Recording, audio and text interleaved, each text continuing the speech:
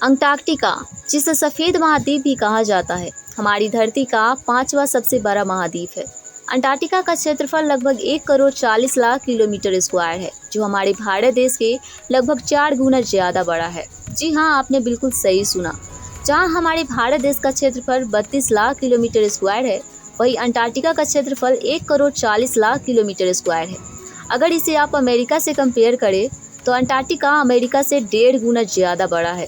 तो अब आप अंदाज़ा लगा सकते हैं कि अंटार्कटिका कितना बड़ा है। लेकिन इतना बड़ा महाद्वीप होने के बावजूद भी यहाँ पे कोई इंसान नहीं रहता, और यहाँ पे इंसान नहीं रहने के कई कारण हैं।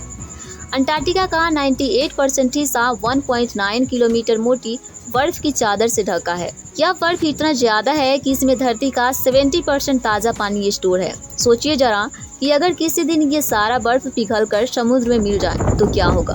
तो इसका सबसे पहला असर हमें समुद्र में देखने को मिलेगा। समुद्र का जल स्तर 200 फीट तक बढ़ सकता है।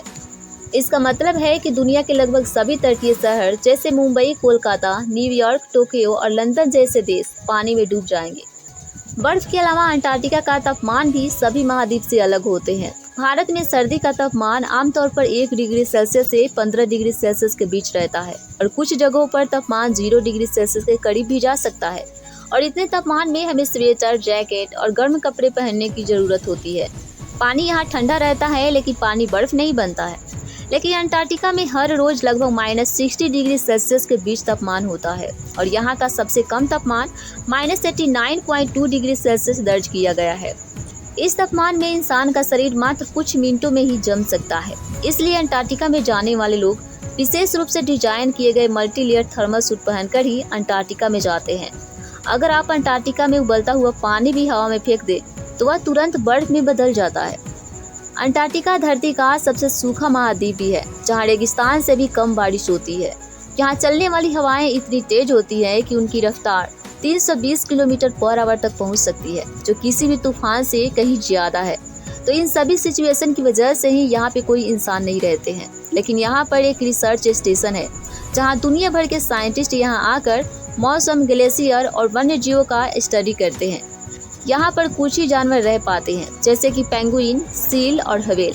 अंटार्कटिका में पेंगुइन का जीवन बहुत ही रोमांचक होता है। पेंगुइन अपना ज्यादातर टाइम अपने भोजन को खोजने में बिताते हैं। वे समुद्र में गोता लगाते हैं और छोटी मछलियाँ जैसे कि क्रील और स्क्विड को खाती हैं। पेंगुइन एक अच्छे तैराक होते हैं, और ये अपने तेज रफ्तार के लिए भी जाने जाते हैं। पेंगुइन एक दूसरे के साथ समूह में रहते हैं, जिन्हें कॉलोनी कहा जाता है। वे कॉलोनी में अपना परिवार बनाते हैं, अंडे देते हैं और अपने बच्चों को पालते हैं। अपने अंडों और बच्चों को ठंड से बचाने के लिए वे एक साथ इकट्ठा होकर एक बड़ा घेरा बना लेते हैं। इस घेरे में अंदर वाले गर्म रहते हैं और बाहर वाले ठंडा।